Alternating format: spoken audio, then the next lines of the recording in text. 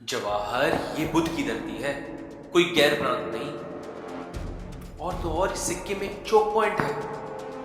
इसका मिलना भारत की सुरक्षा के लिए बहुत जरूरी है। बात को समझो सरदार, हमारे को शांति चाहिए। भारत एक नया देश है, नए रिश्ते बना रहा है। ये एग्रेशन हमारे देश के लिए। तो क्या हम अपनी सुरक्षा चाइना के भरोसे पे छोड़ दें? लद्दाख पे नजर डालेगा और फिर हिमाचल प्रदेश पे, तब भी हम चुप रहेंगे क्या नेहरू? सरदार, मैं समझता हूँ, पर अगर हमने सिक्किम पे हाथ बढ़ाया तो चाइना पहले से सस्पिशियस है। वो इसको आक्रामक समझ सकता है। सरदार, हमें अपना हर कदम सोच समझ के रखना होगा। यह मौका फिर नहीं आएगा जवाहर। अगर हम सिक्किम नहीं लेंगे तो दुश्मन का भी झंडा लहरा सकता है। पटेल ने चेतावनी दी थी।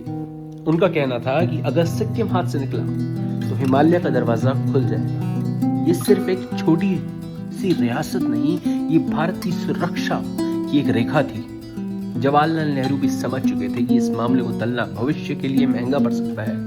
और फिर 5 दिसंबर 1950 को इंडिया और सिक्किम के बीच इंडो सिक्किम ट्रीटी साइन हुई। इस ट्रीटी के तहत इंडिया ने सिक्किम की डिफेंस, फॉरेन अफेयर्स और कम्युनिकेशंस अपने हाथ में लिए। सोचा गया सिक्किम अब सिक्योर है।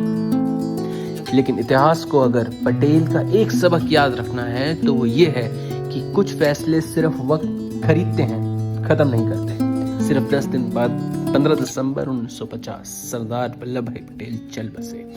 उनकी स्ट्रैटेजिक आखिरी सोच में से एक सिक्किम थी। जनवरी 1972 प्राइम मिनिस्टर ऑफिस, सिक्किम फिर से टेबल पर था। इस बार सवाल यही नहीं था कि क्या करें, सवाल था कि कैसे करें बिना गोली चलाए, और जब काम मुश्किल हो, जब फैसले स्ट्रैटेजिक हो और जब दुनिया को पता भी ना चले। इंदिरा गांधी ने अपना बेस्ट बुलाया, आर्यन गांव। Okay guys, now make sure whenever you enter Sikkim, keep your eyes, nose, ears open.